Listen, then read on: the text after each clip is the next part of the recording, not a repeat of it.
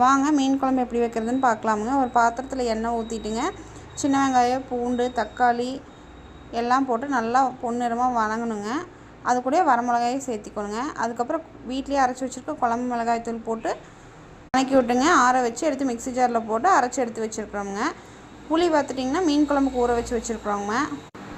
ஒரு மண் பாத்திரத்தில் பார்த்துட்டிங்கன்னா எண்ணெய், கடுகு, வெந்தயம், சின்ன வெங்காயம், பூண்டு, கருவேப்பிலை இதெல்லாம் போட்டுங்க நல்லா வதக்கி விட்டுங்க. நம்ம அரைச்சி வச்சுருக்கிறதையும் எடுத்து உள்ளே ஊற்றிட்டோமுங்க. அப்புறம் பார்த்துட்டிங்கன்னா கரைச்சி வச்சுருக்க புளியும் உள்ளே ஊற்றிட்டோங்க. நல்லா கொதி வரும்போதுங்க நம்மளுக்கு தேவையான அளவு தண்ணி ஊற்றிக்கணுங்க. நல்லா கொதி வரும்போது நம்ம உப்பு, மஞ்சத்தூள், எலுமிச்சம்பழம் எல்லாம் போட்டு கழுவி வச்சுருக்கோங்க மீனை. அந்த மீனை சேர்த்திக்கலாமுங்க. இதில் மீனை சேர்த்திட்டு ஒரு கொதி வரும்போது நம்ம ஆஃப் பண்ணிவிட்டு கொத்தமல்லி தழை போட்டு இறக்கிட்டோம்னா நம்மளோட மீன் குழம்பு ரெடிங்க. நீங்களும் வீட்டில் செஞ்சு பாருங்க.